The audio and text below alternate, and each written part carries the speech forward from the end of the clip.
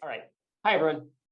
My name is Peter Pruitt. I am an assistant professor of emergency medicine at Northwestern, and I'm here to talk to you about external validation of a tool to identify low-risk patients with isolated subdural hematoma. I'm really thrilled to have a great group of co-authors on this project, Richmond Castillo and Andrew Rogers, two of our senior emergency medicine residents, and then Kayla Mushong, Michael Scudder, and Aleja Rodas of our research team. First, I should start off with a big thank you. This work was all funded by a SAM Foundation research training grant. I really would not have gotten any of this done without the financial support of SAM. So thank you so much for that. I have no additional disclosures, however. So let's begin by talking about subdural hematoma. So SDH is the most common form of traumatic intracranial hemorrhage. And as we kind of all know from working clinically, it presents along a really wide spectrum of disease. So we've all seen people who come in and they have a subdural and they're like, you're fine. It's a tiny little distal subdural that we don't even really know what to do with because it's so small. And we've also seen people who present with subdural hematomas with profound coma. And so it's really a pretty heterogeneous disease process. However, care for it is pretty uniform, although getting less so. Usual care frequently involves transfer to a tertiary care center, an ICU, and then an ICU or surgical floor admission, and a neurosurgical consultation. Up to about 30% of patients with SDH will require surgery, but a much smaller number will have neurologic decompensation. And then surgery is even rarer in patients with mild injuries, which tells me that there's some room for us to optimize triage of these patients and figure out whether there is a safe cohort. So with that in mind, in 2017, some colleagues and I created the Safe SDH tool, which was really meant to identify patients with SDH who were safe for management in the community. And so what we found that that a patient with isolated subdural hematoma and preserved consciousness, which we define as the Glasgow Coma Scale of greater than or equal to 13, is at low risk of neurosurgical intervention, worsening repeat CT, neurologic decline, or death if they had none of the following characteristics. So use of warfarin, and just to note, we added direct oral anticoagulants and enoxaparin for our validation group. Use of clopidogrel, which we added apixaban, ticagrelor, and prasugrel in validation. Greater than one discrete hematoma with thickness greater than 5 millimeters, any midline shift, or a GCS of less than 14. So if they had none of those characteristics, we thought they were pretty low risk for decompensation or for bad outcomes.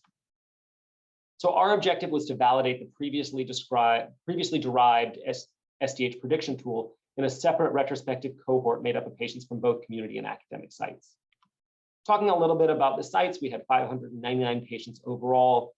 We got them from 4 sites. One was a large academic teaching hospital in an urban environment with about 90,000 annual ED visits, made up about 27% of our patients. There were then 3 suburban hospitals, each level 2 trauma centers, each non-teaching, which made up the remaining kind of 73% of our cohort, with about between 34 and 70,000 annual visits. So in order to be included in the study, you had to have isolated subdural hematoma on CT scan. You had to have a Glasgow Coma Scale of greater than 13, as I said, greater than 13. You had to be greater than 16 years old. There was a really wide date range, and the dates varied by hospital, which really had more to do with electronic medical record issues than anything else, and kind of how our enterprise data warehouse collected data. But we collected data between 2005 and 2018. So patients were screened initially by ICD-9 and 10 codes for subdural hematoma, excluding patients who had ICD codes for other forms of ICH. So that's how we kind of tried to get to the isolated SDH group. There was then a second screen, and quite a few patients made it through at CT scan reports. So we looked at their initial CT scan report to ensure that they only had isolated SDH there. Data collected included demographics, history variables from ED notes, H&P, and neurosurgery notes, exam variables also from ED, admission, H&P, and neurosurgery notes, and then radiographic features, including number of lesions, thickness, location, and presence of shift, came from the final report of the first available CT scan. So we were trying not to use like the third CT the patient got while they were in the hospital. Primary outcome was a combination of death, neurosurgical intervention, and neurologic decompensation. We removed worsening CT scan from this because, as routine repeat head CT becomes less important and less necessary, we didn't think that would probably be a criteria for transfer anymore. So we tried to eliminate that from our algorithm. The components of the outcomes are assessed there, but They're pretty straightforward: craniectomy, craniotomy, and drain placement made of neurosurgical intervention. Decompensation with seizure, altered mental status, or headache, which necessitated repeat imaging. And all of the outcomes were assessed from the discharge summary. Importantly, the admission data, the CT scan reports, and the outcomes data were each abstracted separately to minimize abstractor bias. Statistical analysis was pretty basic. We calculated some basic demographic statistics, and then for each patient, the predicted outcome was determined using the described prediction tool, and then we compared it with the actual primary outcome as abstracted by our abstractors, and then we created test characteristics using, along with confidence intervals. All the statistics were done in R. So in terms of our patient characteristics, this was an old group. Median age was about 83, ranging from 25 to 104. About 47% females, 16 or so percent were on oral anticoagulants, 37% on aspirin, and about 10% were using non-aspirin antiplatelet agents.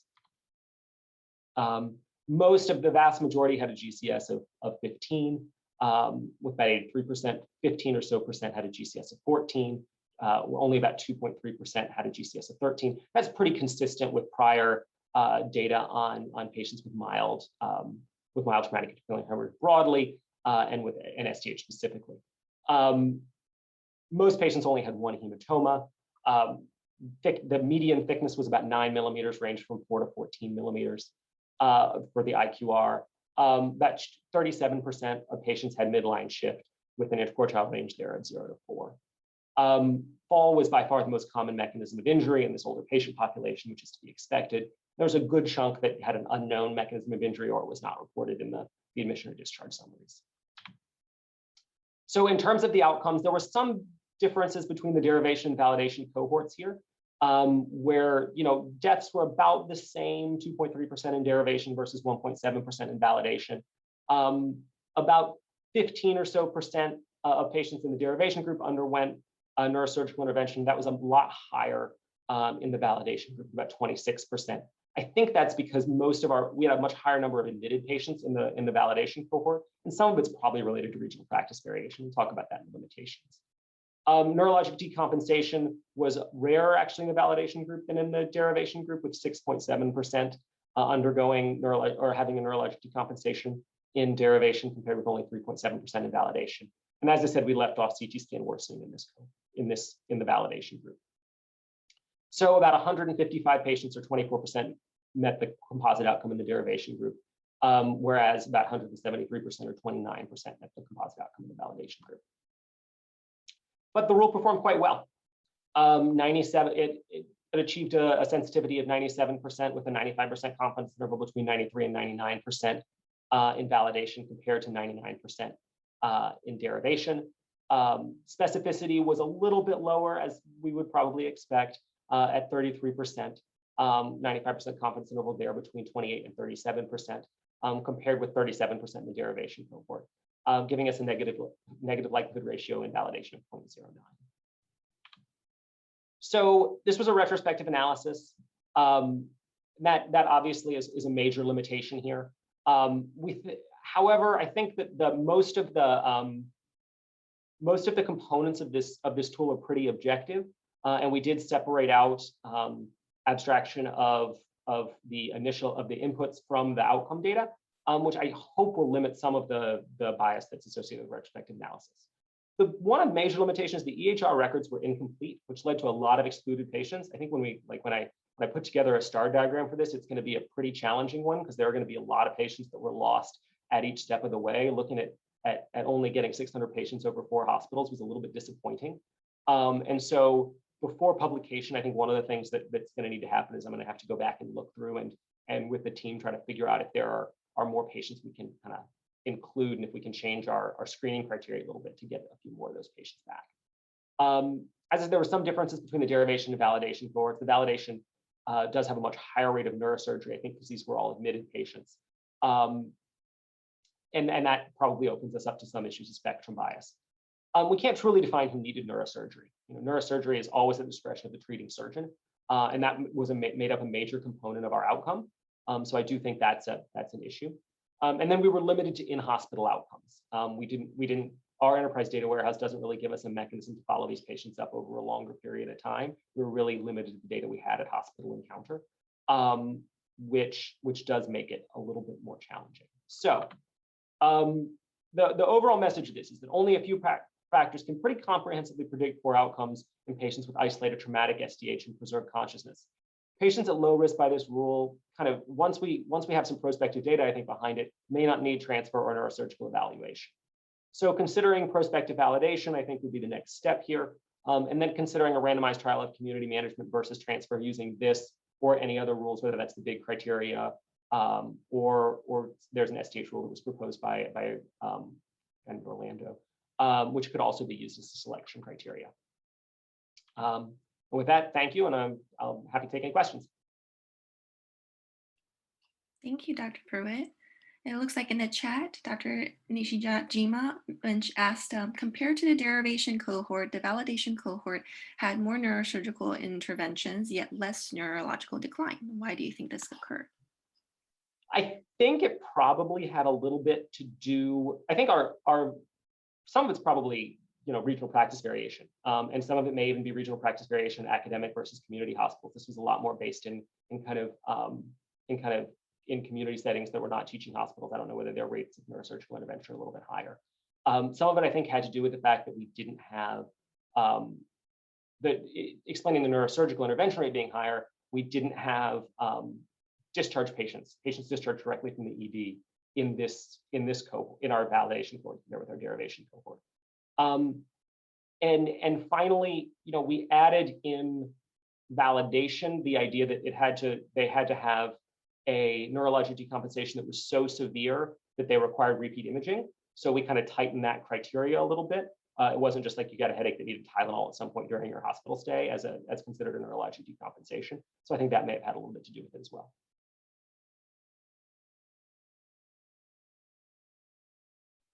Great. Another question is, did you look at the variability of admission, whether ICU floor discharge across the sites? I did not look at it. Looking at it across the sites is a great idea. Throughout this, I didn't study that. I do have the data on admission rate, and like 82% of them went to the ICU. So it was a very high prevalence of ICU admission in this group. That's awesome. Great. And just my curiosity, what is the kind of general practice across these hospitals in terms of kind of standard repeat imaging? And at the time when this was done, the 6-hour repeat PET CT was pretty common and was pretty standard. I think we're moving away from that, I hope. But I think clinically, it still seems pretty prevalent. So. Gotcha. Great. Thank you so much. All right. Thank you. I will unshare my screen.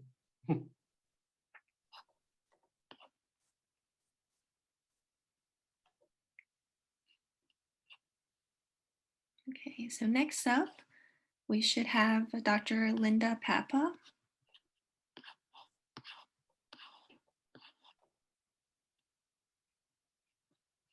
While you're pulling up your slides, she'll be talking about prospective evaluation of clinical decision rules and blood-based biomarkers of mild traumatic brain injury. Thank you.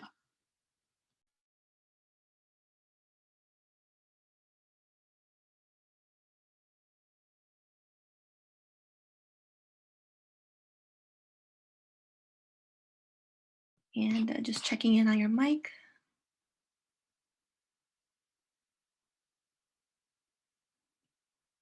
Nope, I think you're still muted. We can see your slides. Right now it is in the standard form, which if you prefer that, or you can put it into presentation view. It does, yeah, perfect. And then just, yeah, perfect. Okay, how's that? Excellent. Better? Can everybody hear me? Wonderful. Indeed. So good afternoon, everybody. The title, as was just mentioned, is Prospective Evaluation of Clinical Decision Rules and Blood-Based Biomarkers of Mild Traumatic Brain Injury. Okay. And I don't know why it's not going forward, but we'll try it again. There we go. So I'm an emergency physician at Orlando Regional Medical Center in Orlando, Florida. I have no disclosures. Thanks to my co-authors who have joined me on this abstract. In 2018, GFAP and UCHL1. GFAP stands for glial fibrillary acidic protein, and UCHL1 stands for ubiquitin C-terminal hydrolase, became the first FDA-approved blood test for predicting intracranial lesions in mild to moderate traumatic brain injury. And this is only in adults and within 12 hours of injury. So GFAP is a glial marker. So this is a picture of a neuron, basically the supporting structures of the neuron. And UCHL1 comes from the actual body of the neuron. So two neuroanatomical regions, two biomarkers from these two regions.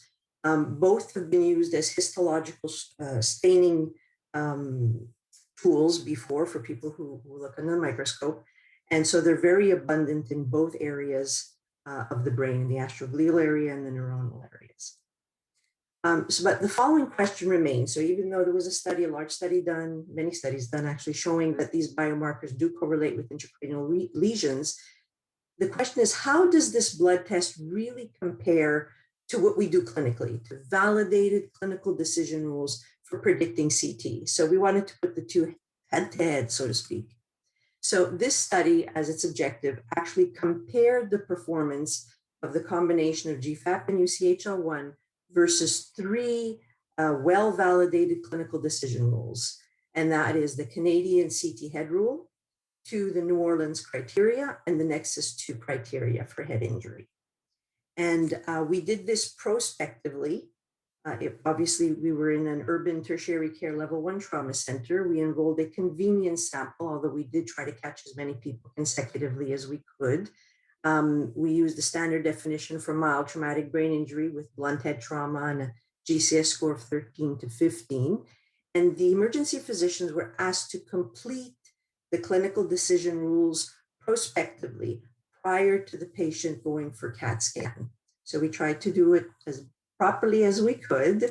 The blood samples were drawn within 4 hours of injury, so very early within the time of injury.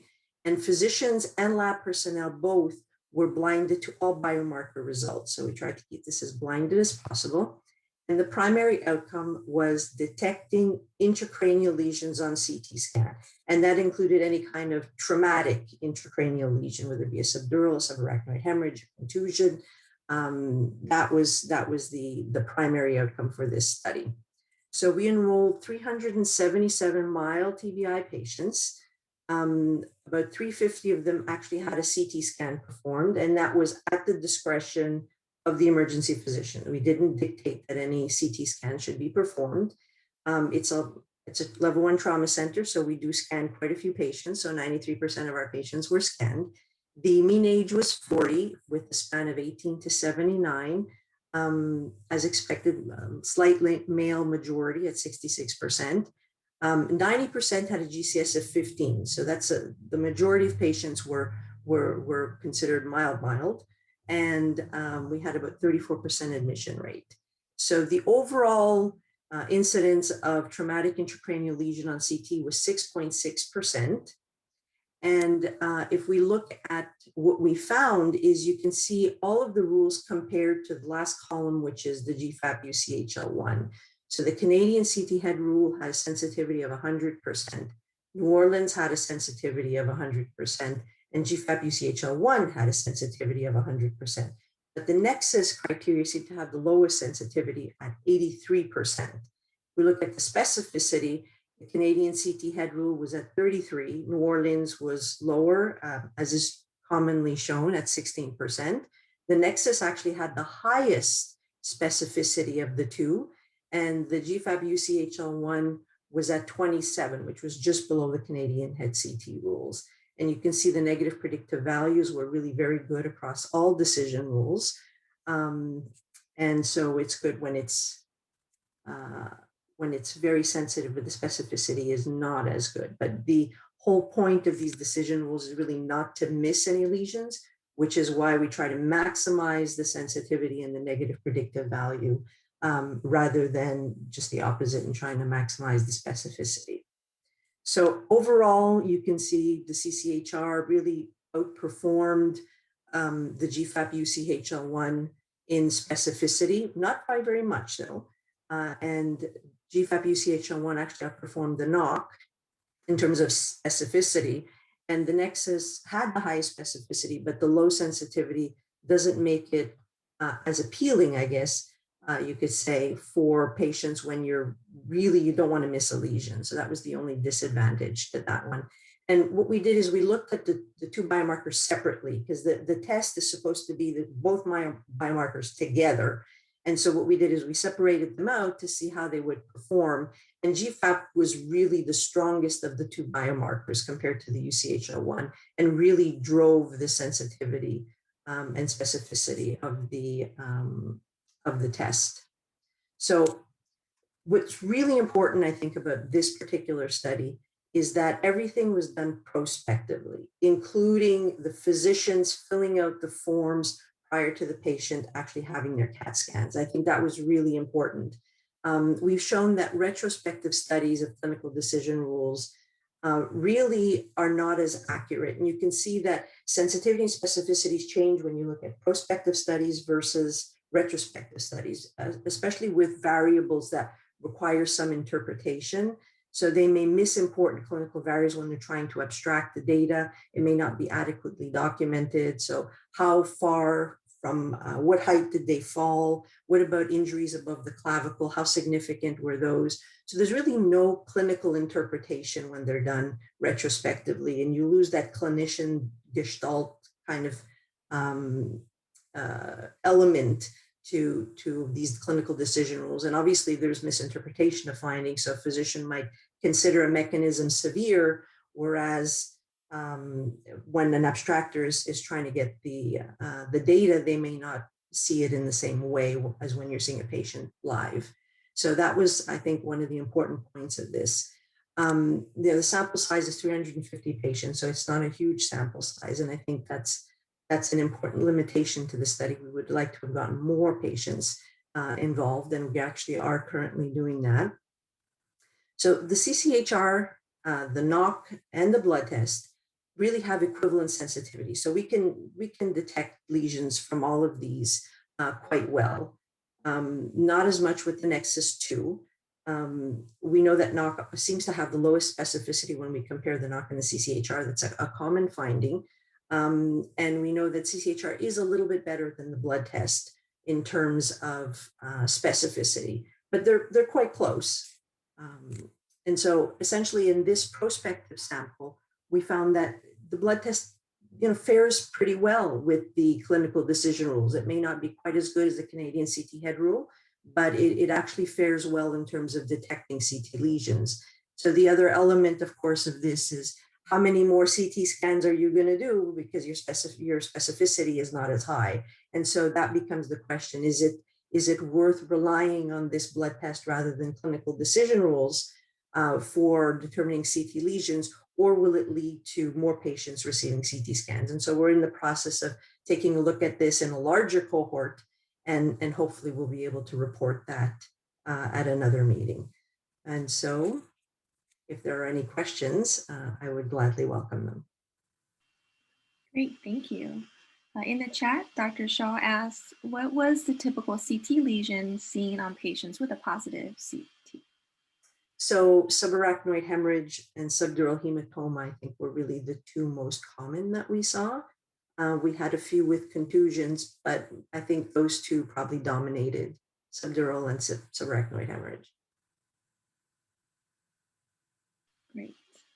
Another question is CCHR available in most hospitals? I think the Canadian CT head rule? Exactly. So I think it's just the application, maybe talking about, are we all using it? Oh, I see.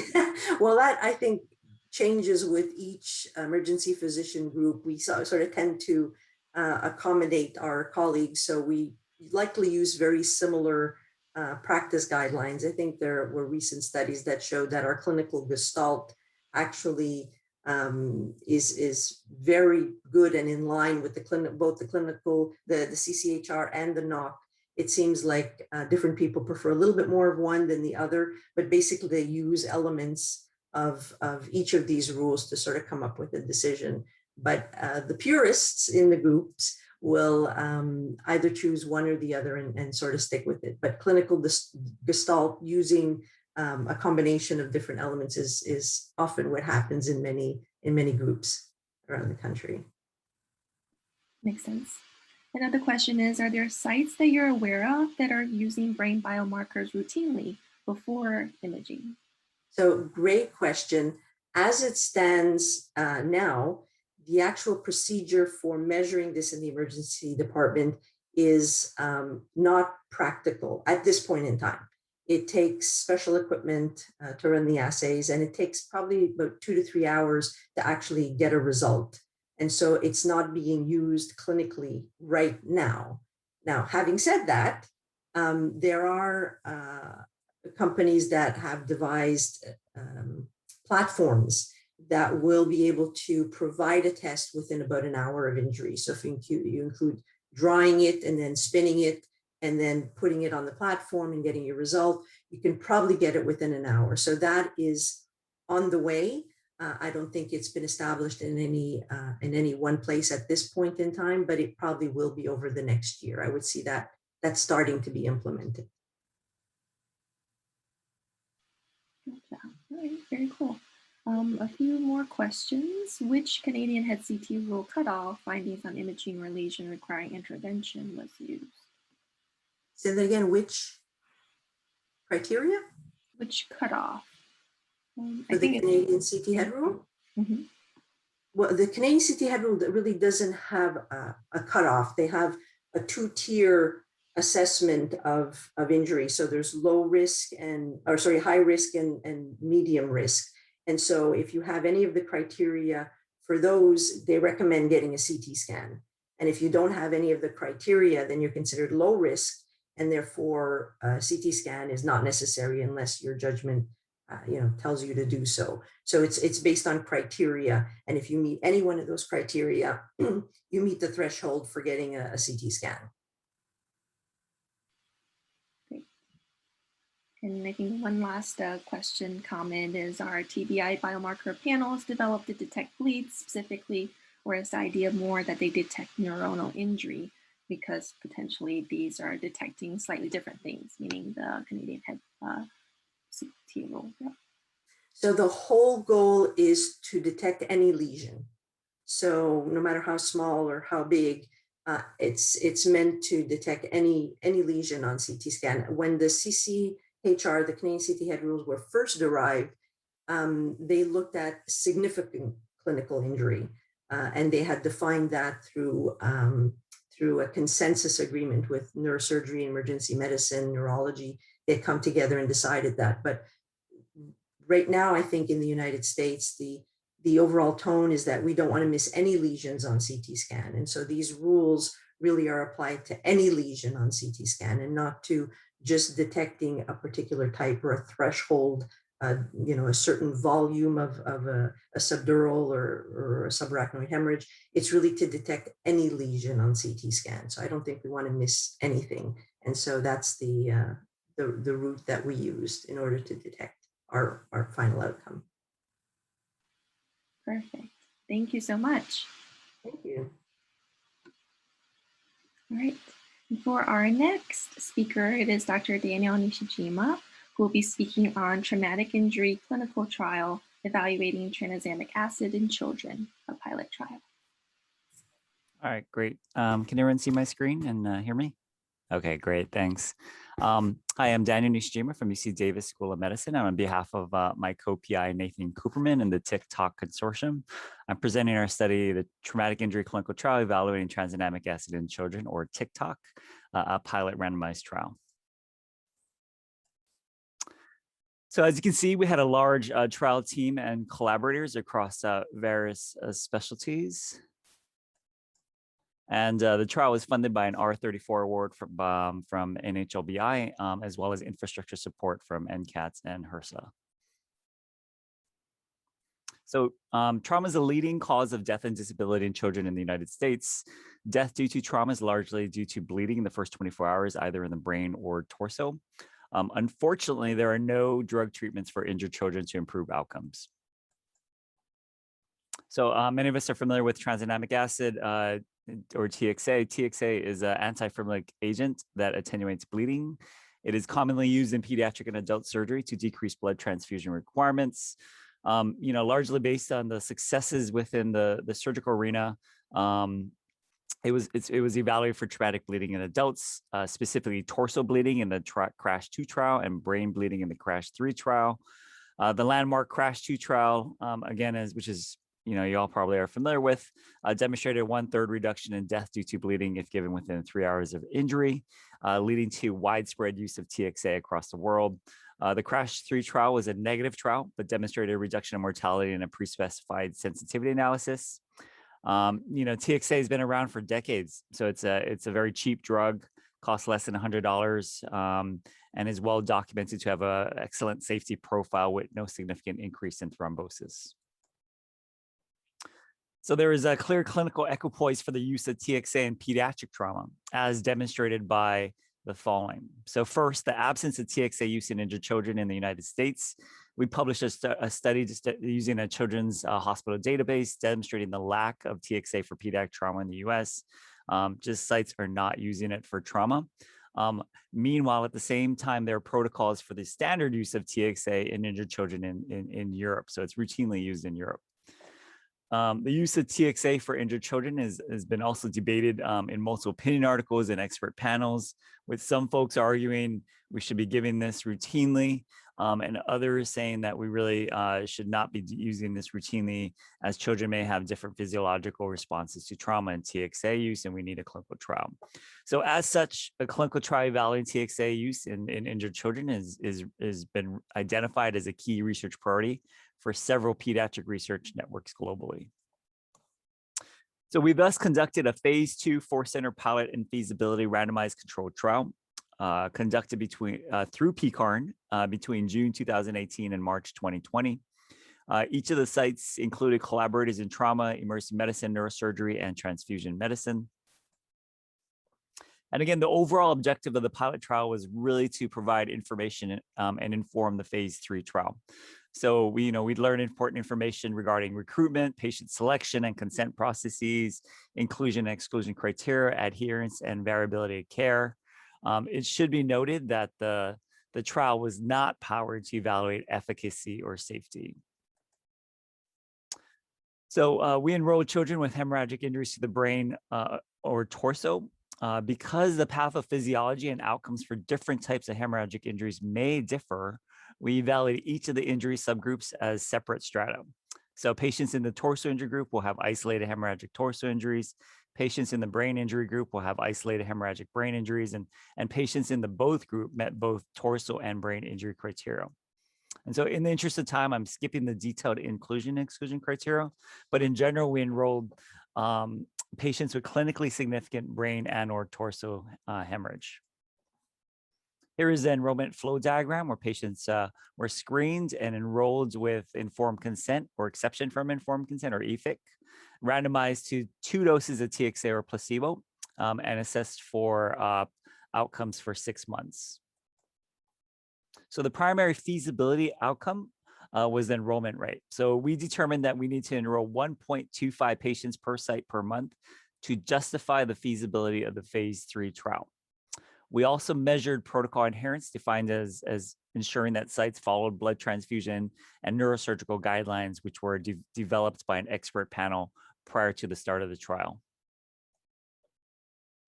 Although, again, the trial was not powered to detect efficacy, we measured several clinical outcomes, which included the PEDS QL, which measures global functioning, so how well the kid's doing in school and physical and emotional aspects, and will subsequently serve as the primary outcome for the phase 3 trial. All right, and here's the consort enrollment flow diagram. So we screened 164 patients who met the inclusion criteria, and of those, 63 or 38% did not have any exclusion criteria and were eligible. Of these patients, we enrolled 31 patients, or 49% of the patients, with reasons for miseligible on the box to the right. Of those randomized, about half were isolated TBI, half were isolated torso, and no patients had both TBI and torso. So here's a brief description of the study population, which demonstrates a relatively severely injured population, with more than half the patients receiving neurosurgery or laparotomy or thoracotomy. The overall enrollment rate was 1.34 patients per site per month, so above our threshold of 1.25 patients per site per month. All enrolled patients received the study intervention and had their primary outcome measured. As expected, there was no statistically significant differences in clinical outcomes. So in conclusion, in this pilot trial, we demonstrated the feasibility in conducting a large-scale phase 3 trial. We are currently submitting this phase 3 trial for funding in July. It will be approximately 40 centers enrolling 2,000 patients over 4 years. And then we demonstrated the need for exception from informed consent procedures for this trial. All right, thank you so much for the time, and I'd be happy to take any questions. That was great. If there's any questions, please put them in the chat. My question for you guys is, what was the EFIC kind of process like, and how did the parents think about that process for these kids?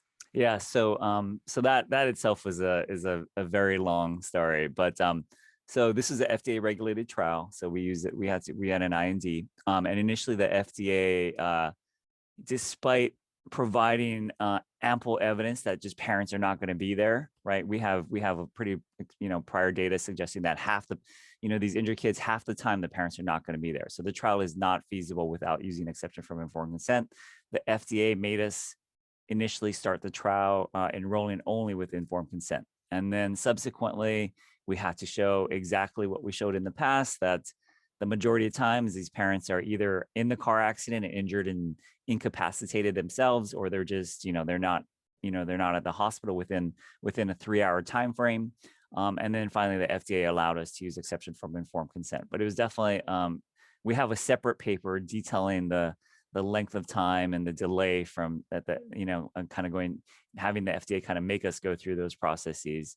And in general, the exception form and consent process went well. We had a lot of simulation training, where most of the research coordinators are very skilled at enrolling patients into these trials in prior studies, and all the parents that all the kids that were enrolled subsequently through EFIC, they all subsequently continued on into the study, right? So once it was a reasonable time, the parents showed up and so forth, we presented the trial, gave them the option if they wanted to continue on into the trial, and everybody continued on in the participation of that. Gotcha. All right. One question in the chat is, how did you come up with the dosing for TXA? Was it extrapolated from its use in Europe? Yes, so we had 2 different doses. Let me see if I can.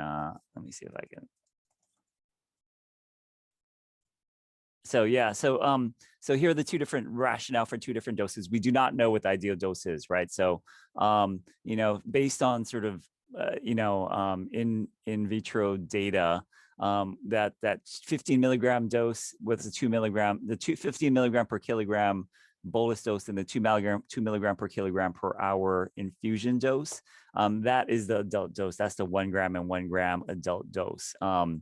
And so that is thought to inhibit about 80% of fibrinolysis. The higher dose is a 30 milligram per kilogram bolus and the 4 milligram per kilogram per hour, which is essentially double. That's thought to inhibit about 100% of fibrinolysis. And then for the subsequent trial, it's going to be a Bayesian adaptive trial design where we have the possibility to have an even higher dose of that, so 45 and then 6. Because in reality, I think that the concern is not so much the worry is that we're underdosing, I think, with TXA, I think. And so we do not want to miss the opportunity to potentially see a benefit. And so I'm less worried about the side effects, and I'm more worried that we'd choose a dose that's potentially too low.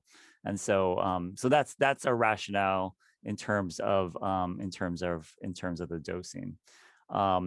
Rob, thanks for this question. I'll answer this question too. So Rob's asking, do you think that this pilot means that all 40 sites will have an average of 1.25 per month, or do you degrade this rate for expansion of sites in this main trial? I think that's a great question, right? I mean, we don't know if this site's going to continue on.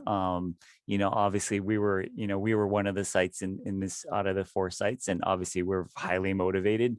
Although we're not a huge trauma center, right? And so we sort of picked a mix of, a geographic mix of sites, one in the East Coast, one in Central, and then two in the West. And so, and then between large and small sites. And so,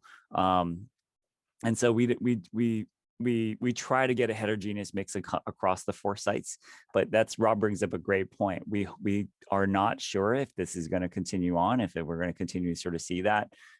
For the main trial, we do have obviously plans to sort of, in case that, enrollment falters, we have the potential to expand past that 40 sites. Great. Thank you so much. Great. Thanks everyone for all the questions, and yep. Okay, so for our next speaker, Dr. George Shaw is going to be talking about the pilot study of a non-invasive radiofrequency method to determine stroke subtype. All right, can you all hear me okay? Yep. All right, let me see if I can share screen here. And I'll put it on.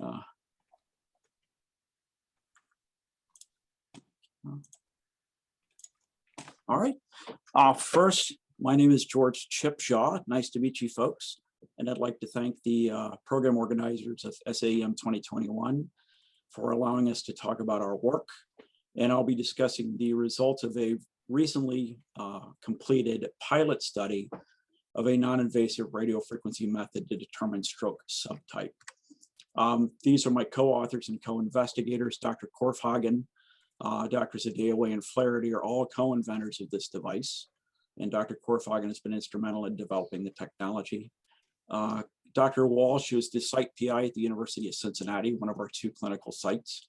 And Dr. Ringer was the overall site PI of Mayfield Neurosurgery. I'd also like to thank the National Science Foundation, which supported this work through a phase 2 SBIR. They've been very helpful. I have a ton of conflicts. If there's not a conflict on here, it doesn't mean that it doesn't exist. It just forgot to put it on this slide. So I am co-inventor on the patent. I own stock in the company, and I also work for the company on a part-time basis. So many conflicts, be that as it may. So the motivation for this study was stroke. And as everybody in this room knows, stroke is a leading cause of mortality and morbidity in the US. 800,000 people approximately annually experience a stroke. And the good news is that we have an increasing number of effective therapies, but these therapies are very time dependent. And the earlier they are used, the better for these patients because time is brain. These therapies are not offered at all hospitals, obviously. Many of them are only in comprehensive stroke centers. So the determination of where a given stroke patient or potential stroke patient should go is a non-trivial problem, as improper classification of a patient with a stroke subtype, they might end up at a community hospital and then need to be transferred. And that can take a long time. Hours is not atypical, particularly during COVID last year. It can really take a long time. So there's a real clinical need for something to help the EMS and pre-hospital providers classify what subtype the stroke is. Our hypothesis for this study was that a radiofrequency monitor technique can determine stroke subtype. I'm going to talk a little bit about the device. There's really 2 parts to this device. There's the actual physical device, and then there's the program or algorithm that determines the output. And they're both equally important. So this is a schematic of the part that's on the patient. The other part is not seen in this picture, is the driving and controlling electronics for the device. So there's a headpiece, and in that headpiece, there are 9 antennae. They operate at 913 megahertz, which is pretty close to this guy, as it turns out. And each of those 9 antennae, during any one scan, one is transmitting the signal, and the signal goes to the intracranial region through the brain, whatever else is in there, and the other 8 listen. So one transmits, one receives.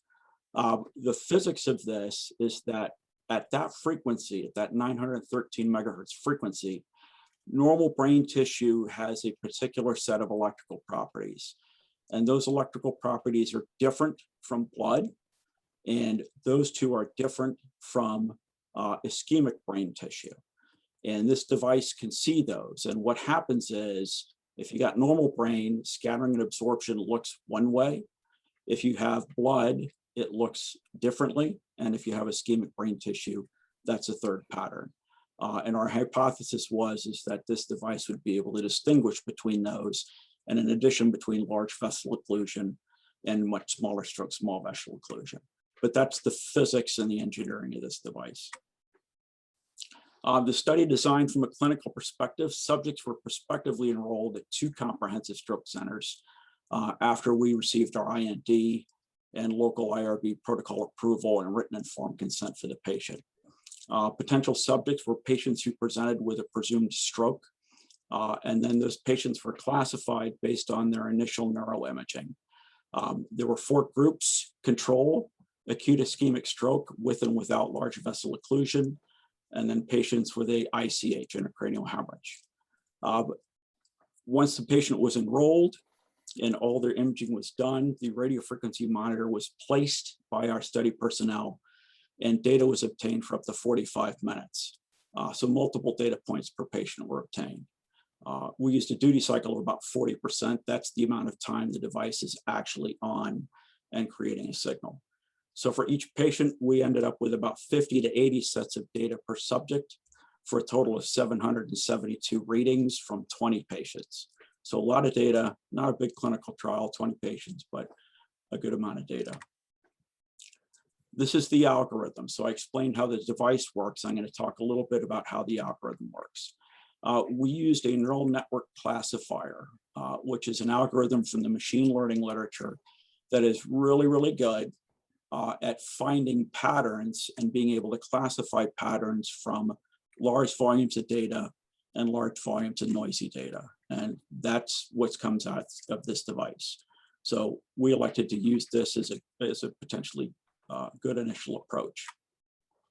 So a little bit more about this. So from an algorithm standpoint, the data are input into an input layer, and each of these layers is made of nodes where some mathematical operation is performed on it. So each of these input layer nodes, that value has a weight that multiplies that value and goes into further processing in the algorithm in the hidden layer. And you can have as many hidden layers as you want. We needed 1.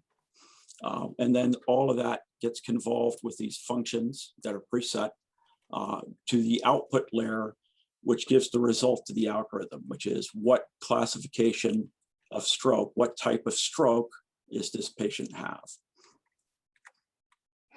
So the results, a total of 20 subjects were enrolled. We had 3 controlled, 7 AIS without LVO, 5 LVO, and 5 ACH.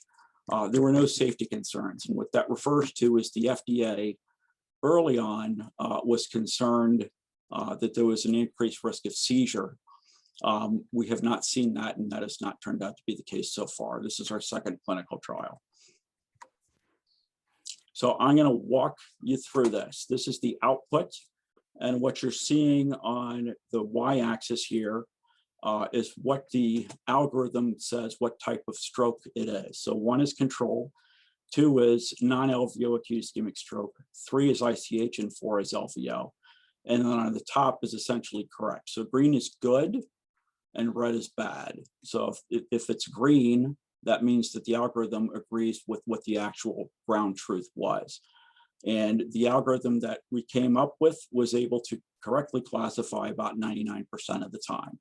So that's a pretty good place to start. There's a lot of limitations on that statement, but it's a good place to start. And primarily what it told us is that there's a pattern there in that data, and that the technique might be very useful for this type of approach and this type of classification problem. So conclusion, the RFM using a neural network classifier, and both of those things are equally important for this device. The electronics and the algorithm are equally important. Looks to be a promising technique for fast stroke subtype determination. The major limitation, there's always a limitation on size. It's a 20-patient trial. But for us, it's not just a clinical limitation for this device. It's a limitation on the algorithm. Neural network and machine learning techniques can overfit, which is definitely a concern for this at this point. And the limit with that, what happens with that problem is the pattern we think we're seeing may not be generalizable to a larger patient population. So the solution to both is, as usual, a bigger study, which we are currently designing and planning to implement as soon as possible, but quite promising. And I'm happy to take any questions. Great, thank you. Dr. Nishijima, I think you have a question on the math on 99% accuracy with only 20 patients. And also, did you pre-select patients with known stroke subtypes? I have to ask for clarification on the first question. I absolutely agree. 20 patients, it's not enough data. I agree. No, I guess I was just wondering if so. Did you just did the algorithm just miss one patient? Let me back up to it. So the algorithm, not one patient, one data set. So remember, each patient has multiple data sets. Oh, got it. Okay. Right. So that's right. So that's where this is. I'm sorry. I should make that where the clear. math. Okay. Yeah. Correct. I was just assuming that it would just identify. Okay. Got it. Yeah. And how many data sets for each patient? 50 to 80. Okay. Got it. So we have multiple samples for each patient. Got it. Okay. That makes more sense. Okay. And then did you pre-select, you pre-selected patients that known stroke subtype? So like, patient would, because it wasn't all suspected stroke comers, right? It was like, a patient would roll through and they would, that they would have an LVO, and then you obtain images. We had as many problems enrolling folks as you did. So it was patients presenting with a presumed stroke. They'd be approached in the ED to take part in this trial before their imaging. I don't have those numbers, but our actual enrollment rate was fairly low, which is understandable. You want to put what on my head? So that was an issue with getting folks enrolled, but it was prospective from the viewpoint of we were prospectively approaching people with stroke. But we did, I'm sorry, I didn't answer your question. We did know what stroke type they were. Got it. Okay.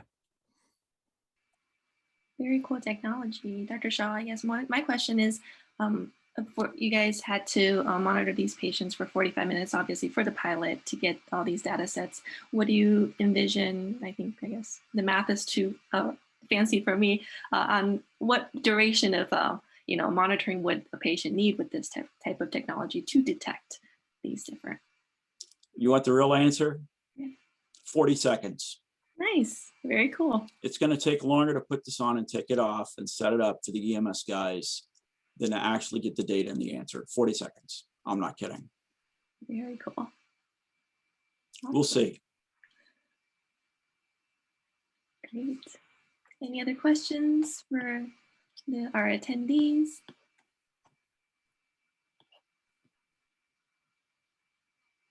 Well, thank you for sharing your, cool technology with us. Thank you very much. Great. So for our next presenter, it's Dr. Kirat Grewal, who's going to be talking about intracranial hemorrhage after head injury among anticoagulated elderly patients seen in the emergency department.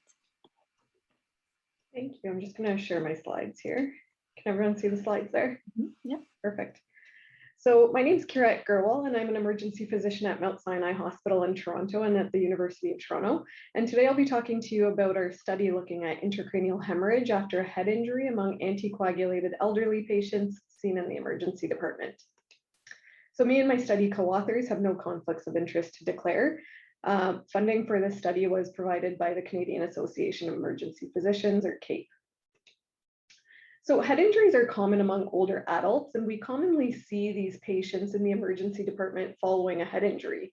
With the aging population and among the general population as well, there's also an increasing use of anticoagulants for various clinical indications, including stroke prophylaxis and atrial fibrillation, and the treatment and prevention of venous thromboembolism.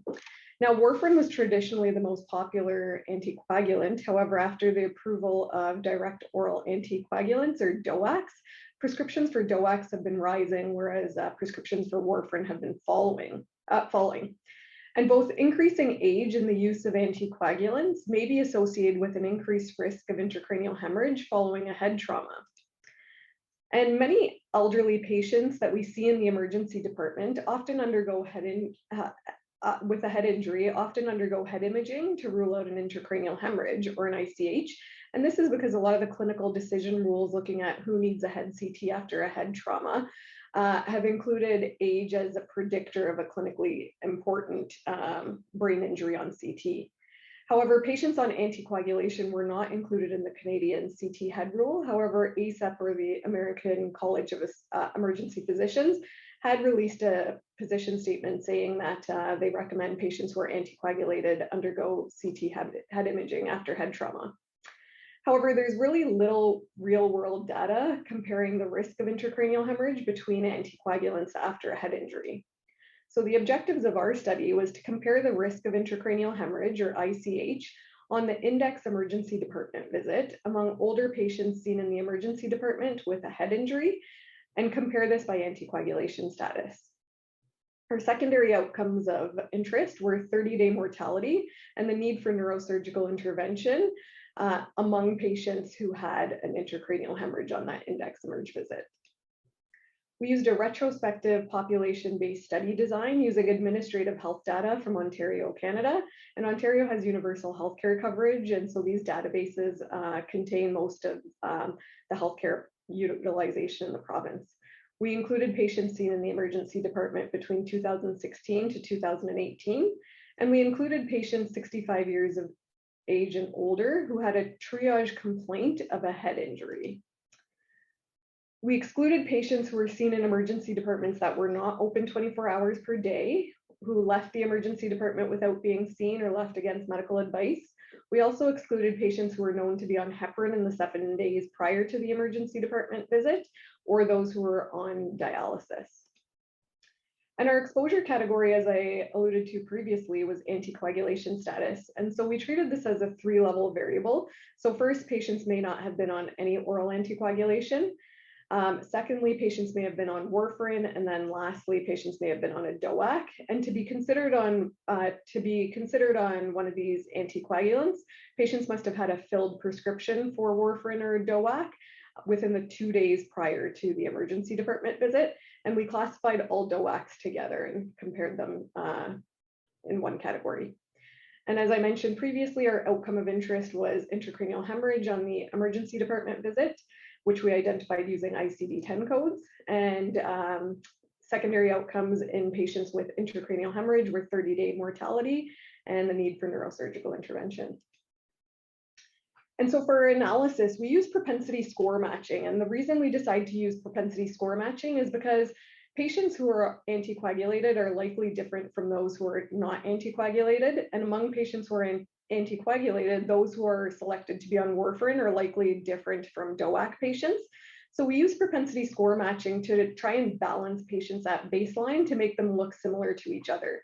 So we use propensity score matching and use 3 pairwise match cohorts. And so our 3 cohorts were warfarin versus DOAC patients, warfarin versus no oral anticoagulation patients, and then our last cohort was DOAC versus no oral anticoagulation.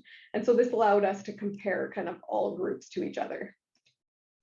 And these are the results of our baseline characteristics in our unmatched cohort. And as you can see, we had over 77,000 emergency department visits for a head injury. And just over 3,700 of these patients were on warfarin, and just over 9,200 of these patients were on a DOAC.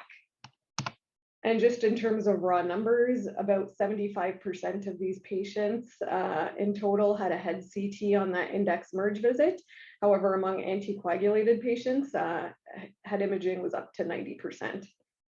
And then the crude rate of intracranial hemorrhage was 5.9%. So this is the results of our matching, and this is really just to show that in our 3 cohorts, we matched on various demographic factors, comorbidities. The comorbidities we chose were potential confounders for either having a fall or an intracranial hemorrhage. And after matching patients, all 3 of our cohorts were well matched at baseline, with standardized differences of the mean all being less than 0.1. And so these are the results of our actual cohort. So this is our warfarin versus DOAC cohort. And as you can see, patients on warfarin had an increased relative risk of intracranial hemorrhage compared to those on a DOAC with a relative risk of 1.43. However, there is no significant difference in 30-day mortality or neurosurgery between patients on warfarin versus a DOAC. In patients in our cohort looking at warfarin versus no oral anticoagulant use, patients on warfarin again had an increased risk of intracranial hemorrhage compared to those not orally anticoagulated with a relative risk of 1.3. However, there is no significant difference in risk of 30-day mortality. However, patients on warfarin did have an increased hazard of neurosurgery. And finally, in our last cohort looking at DOAC patients versus no oral anticoagulation patients, there is no statistically significant difference in the relative risk of intracranial hemorrhage between these two groups. And similarly, there is no difference in 30-day mortality or neurosurgical intervention. So to summarize our results, we found that warfarin patients had an increased risk of intracranial hemorrhage compared to matched patients on DOACs and those not on oral anticoagulation. We did not find a significant difference in intracranial hemorrhage between patients on a DOAC and no oral anticoagulation. And in patients with an intracranial hemorrhage identified on that index emerge visit, we found no difference in 30-day mortality in any of our cohorts. And in patients on warfarin, there was an increased hazard of neurosurgery versus those not orally anticoagulated. So our study, right now, there's really little evidence comparing the risk of traumatic intracranial hemorrhage between DOACs and warfarin. And our study is one of the largest kind of contributing evidence to this. And we need future prospective studies to determine whether warfarin users are truly the only group at higher risk of traumatic intracranial hemorrhage after a head injury. And if this holds true, the implications of this, particularly in younger populations, may be significant, and we may not need to be doing as much head imaging on DOAC patients that are younger. There are several limitations to our study. So firstly, we only included patients who were seen in the emergency department. So if they died prior to emergency department arrival, did not come into the emergency department, or they saw another physician in the community, they weren't captured in our study. Second limitation is that we use the triage complaint to capture head injury. So if they were triaged as another presenting complaint or as a major trauma, they would not have been captured in our study either. And as I mentioned, this study used administrative data. And so our classification of oral anticoagulation use was based on filling of government covered prescriptions. In Ontario, patients over the age of 65, for the vast majority, have government covered prescriptions. However, if they were for some reason covered by private insurance, we would not have been able to capture that. And we could not identify aspirin use because this is usually covered over the counter by the patient. And finally, this was a retrospective study, and although we use propensity score matching to adjust for known confounders, we're unable to account for unmeasured confounders without true randomization. So in summary, we found that there's an increased risk of intracranial hemorrhage in elderly patients on warfarin seen in the emergency department with a head injury compared to patients on a DOAC and patients not on oral anticoagulation. We did not find any significant difference in intracranial hemorrhage between patients on a DOAC versus no oral anticoagulation. Thank you. Great, thank you. If there are any questions, please put them in the chat. Very cool study, I agree. Dr. Gurwal, I guess one question I have for you is you mentioned that you weren't able to capture those who were on aspirin. What about other antiplatelet agents? Yeah, so we did match for patients who were known to be on Plavix in the 7 days prior. We did take a look at ticagrelor, and there was so few patients that we couldn't match properly on those, so we didn't include those. And then we excluded all patients on heparin. Awesome. Another question I may have for you is, do you have any idea on kind of the causes of mortality in these patients? At least a lot of times I think of, unfortunately, for older adults and intracranial hemorrhage, potentially withdrawal of life-sustaining treatments is a common reason. Unfortunately, we don't really know the cause of death. Again, it's taken from administrative data, so we just know if they died or not, and the actual cause of death has not been well validated, so we didn't actually look at what the cause of death was in these patients. Makes sense. Thank you very much.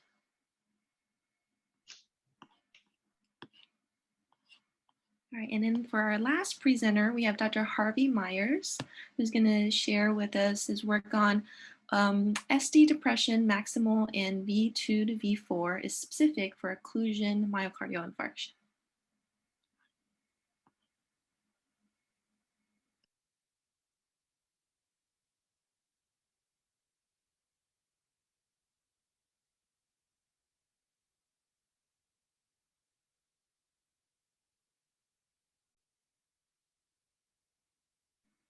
Great, I can see your slides.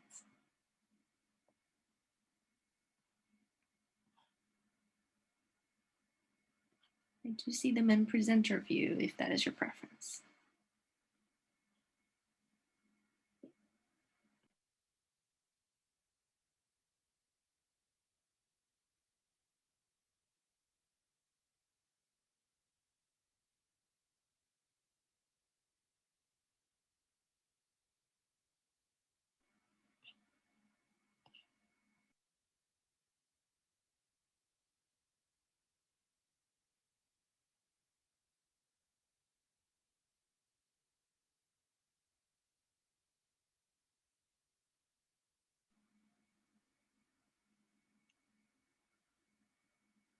Perfect. Yeah. Sometimes I have trouble with those settings and dual monitors too, so I think like you're doing, maximizing your slide will allow all of us to see it well.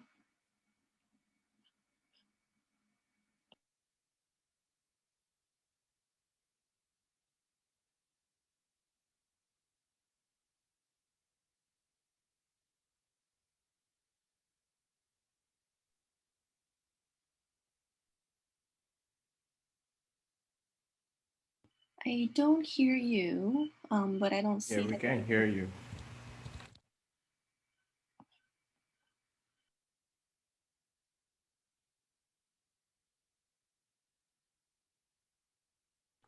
Still having difficulty hearing you, Dr. Myers. Oh yeah, I agree.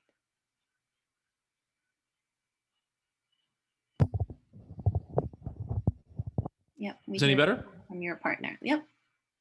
That's better now? Yep, exactly. Excellent, thank you. So my abstract is called ST depression maximal in V1 through V4 is specific for occlusion myocardial infarction. So I have no conflicts of interest. This is a completely unfunded study that I performed while I was a resident. So the background on this is what I call occlusion myocardial infarction. So, or OMI for short. Occlusion MI is acute coronary occlusion causing myocardial infarction. This is the actual underlying finding that STEMI criteria on EKG is a surrogate for. The problem, of course, is that STEMI criteria misses many patients with acute complete total coronary artery occlusion. And there is no subset missed more frequently than posterior occlusion MI. So an occlusion affecting the posterior wall of the left ventricle is by far the most commonly missed myocardial infarction that we see. And this is because it doesn't meet the standard STEMI criteria on our regular 12 leads. The resulting statistic here is that 50% of the left circumflex occlusion MIs are missed by the STEMI criteria. And these patients have double mortality because they end up with a delayed cath compared to NSTEMIs who do not have acute coronary artery occlusion. Unfortunately, we have conflicting recommendations on our guidelines, and around the world, everyone seems to have conflicting advice of how we should find these posterior MIs. There are some guidelines that will talk about criteria in leads V7 through 9, meaning the posterior leads, but no single criteria no guideline or criteria that I could find has any recommendations for what to do with isolated anterior ST depression. However, in our experience, the author's experience, ST depression maximal in V1 through V4 in terms of the proportionality and the maximal amplitude and severity of those ST depressions. If it's maximal in V1 through V4, that is very specific for occlusion in terms of our prior experience. So we wanted to evaluate that in a chest pain cohort. So this is a planned sub-study of our EKG database that we call DOMI Irrigato, which is designed to look at EKG findings in acute coronary occlusion. We made this database from 2 academic emergency departments. This is a non-consecutive population of very high-risk patients in the ED with ACS findings and symptoms. This cannot be a prospective population because acute coronary occlusion, like a true positive STEMI, is about 1, 2, or 3% of a prospective ED chest pain population. So you'll see that I have about 800 patients in this database. So if it were a prospective cohort, I'd have about 8 occlusion MIs to tell you about. But we needed to have many, many more occlusions. So this has to be a case control study that we stitched together by finding various chest pain populations and high-risk subgroups. So we made this group of 800 patients out of finding all of our cath lab activations, all of our admitted ACS patients who got admitted to the cardiology service from the ED, and we mixed in with that known control patients who have abnormal EKGs. So our goal here was to make a very high-risk chest pain population with a high rate of MIs, a high rate of occlusions, and a high rate of abnormal EKGs, meaning that if we found ST depression to be a good finding in this group, this would be number 1, feasible, and number 2, would have the most abnormal EKGs that we could find, meaning that it would be the best we could do in terms of a non-prospective population, because we want to make sure you have the abnormal EKGs that don't mean occlusion either. We collected all their EKGs, every single serial EKG during their visit. We, of course, collected their cath lab findings, their interventions, and their in-hospital outcomes. We had 2 ECG interpreters, including myself, blinded to all clinical information, read those EKGs. We had to have the age and the sex because the STEMI criteria demands that. And so when we blindly interpreted these EKGs, we looked at the presence of STEMI criteria, the presence of ST depression, maximal and V1 through V4, and tons of other EKG findings because this database was designed to look at all kinds of questions about EKGs and occlusion MI. So our total population was 808 patients. In this high-risk chest pain population, we had about half of the patients with acute myocardial infarction and 265 patients with our definition of occlusion MI, which is a combination of their cath outcome in terms of the TIMI flow rate of the lesion at the time of cath, as well as the peak troponin, which has been validated in many studies as a marker of their peak infarct size and mortality and long-term outcome. Of our 265 occlusion MIs, only 41% or 108 patients met STEMI criteria. 147 of the 808 patients had the finding that we prospectively called ST depression maximal in V1 through V4. So I'm going to show you throughout the next few slides these 3 different subgroups of that population. So this group here, for example, any ST depression maximal in V1 through V4. That means just a yes or no question, does the EKG have ST depression maximal in V1 through V4? In this group, we don't care if it is something that you can tell is not due to ischemia. So for example, a right bundle branch block would commonly have ST depression in lead V2, would commonly have a T-wave inversion in lead V2, but that is not due to ischemia if it's the right bundle. But in this group here, we're just saying, look, any ST depression maximal in V1 through V4, even if it's not ischemic, because we want to see the statistics on that. The next group we have is suspected primary ischemic ST depression maximal V1 through V4. This is the patient who has no other reason for ST depression maximal in V1 through V4. So it requires a little bit of skill to go from this first category, just anyone with that finding, to the second category, which means anyone who has that finding without an ischemic reason for it, with no other reason than ischemia. And lastly, the last category is, of these 118 patients, a subjective sort of expert ECG interpretation of, do you really think that this patient has occlusion MI? And you can see that it was almost the same as the second category. So we're going to spend our main time talking about these first 2 categories. So of the 147 patients who have the finding, ST depression maximal in V1 through V4, 92% of them got an angiogram, 79% had an acute culprit lesion, 69% had occlusion MI, 48% of them have TIMI 0 or 1 flow on their lesion, 68% got cath, and the specificity was 91.7%. Then if you weed out those 29 patients who have some other reason for their ST depression maximal in V1 through V4 on their EKG, you end up with an even more specific cohort, of which 90% have acute culprit lesion, 84% have OMI, and 81% get PCI, and 96.5% specificity in that group. How about the false positives? So we had 13 patients who had the finding ST depression maximal in V1 through V4, but did not meet our definition of occlusion MI. So this would be what our study would consider a false positive. All 13 patients underwent angiogram, and 7 had culprit lesions, with 6 requiring PCI. 1 patient died during the index visit. So I would argue that even these false positives have, a lot of them have true ACS that just barely escaped our definition of occlusion MI and probably would benefit from emergent therapy as well. Here we show the EKG findings in these groups, and we're just going to look at the first few groups. So in the past, you've probably heard that you have to have very deep ST depression to have posterior occlusion. You may have heard that the T waves have to be upright. You may have heard that the R to S ratio has to be 1. There has to be a large R wave. We found all of these things, 3 things, to be unreliable.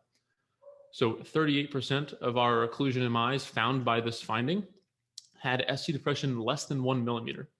Only 59% had upright T waves, and 15% had this finding that everyone talks about of R to S ratio greater than 1 in lead V2. So those were not accurate findings, but the presence of that ST depression was. I'll give you a couple quick examples to put this in clinical context. Here we have a 58-year-old man who presented with 2 hours of chest pain. He has this EKG, which has focal ST depression in V1, 2, 3, 4, and 5, but it is maximal in probably V2 and V3. This patient was unfortunately delayed in management, being called an NSTEMI and not recognized as a complete occlusion of a posterior coronary artery. When he finally got to cath, you can see his complete left circumflex occlusion with TIMI 0 flow, and you can see this is the full course of the circumflex after it was opened up. This patient, of course, has ST depression maximal in V1 through V4, and the reason was complete left circumflex occlusion, which was delayed in management. And the patient ultimately died of cardiogenic shock during the visit. Here's a 47-year-old man who presents shortness of breath on and off for the past 24 hours. His EKG shows ST depression in V2 and V3. It's quite subtle, but it is maximal in V2. And this patient, of course, had delayed management for 16 hours when they found a TIMI 0 occlusion of the left circumflex, which was found and opened, and the patient survived. So from this initial data, our conclusions were, among patients with symptoms suggestive of ACS in the ED, the specificity of suspected ischemic ST depression maximal in V4 was 97% in this population. Many patients with OMI who have ST depression in V1 through V4 had less than 1 millimeter of maximal ST depression, and STEMI criteria missed half of the occlusions that was detected by this criterion. Neither upright T waves nor R to S ratio greater than 1 was an important feature of the occlusion MIs that we found. We think that these data justify prospective trials to assess the benefit of emergent reperfusion therapy in STEMI patients who have this finding. And until more data is available, we believe that any suspected ischemic ST depression maximal in V1 through V4 in the setting of ACS clinically should be thought of as due to occlusion MI until proven otherwise. And with that, I'll take questions. Great, thank you. Very interesting work. If there's any questions, please put them in the chat.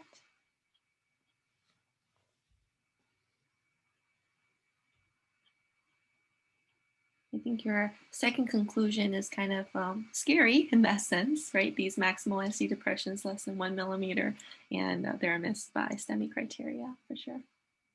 Yeah, for sure. And this is, like we said, half of left circumflex occlusions are missed. So we're trying to find some features that can help us figure them out.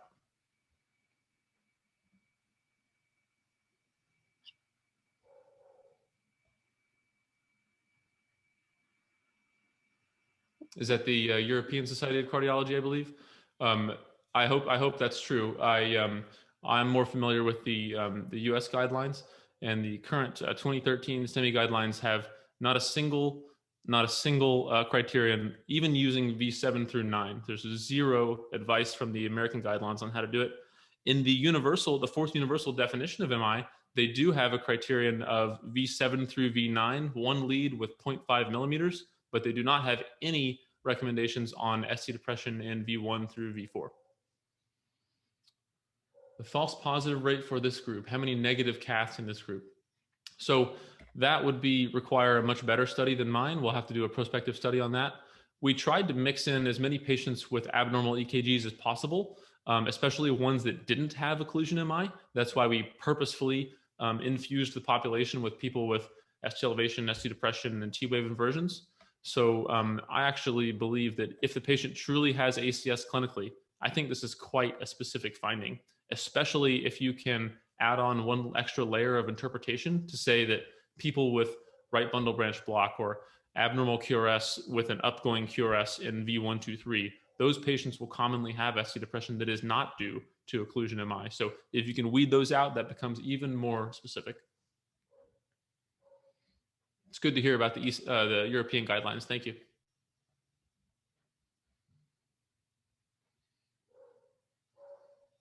As for the audience for the OMI discussion, I think there are people coming around. So we've had 11 publications on the OMI paradigm since 2018 when we made it up. And in the past year, we've had 3 interventional cardiology groups, one in Spain, one in Turkey, one in Greece, that have published their own studies that agree with the paradigm of identifying acute coronary occlusion. So I think it's a matter of time, but it is out there and gaining traction even among cardiologists. So it's there's just not a lot of them yet.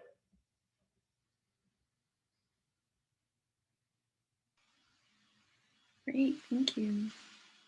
Thank you to all the presenters. Oh, and another comment.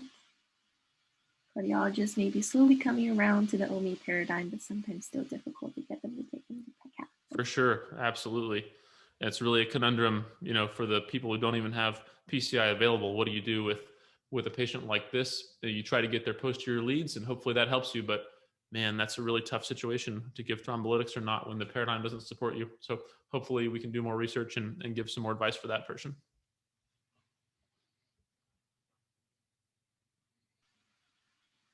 Well, thank you all. Thank you, Dr. Myers. Thank you to all the presenters for your work on research and sharing them with us. Please enjoy the rest of the meeting.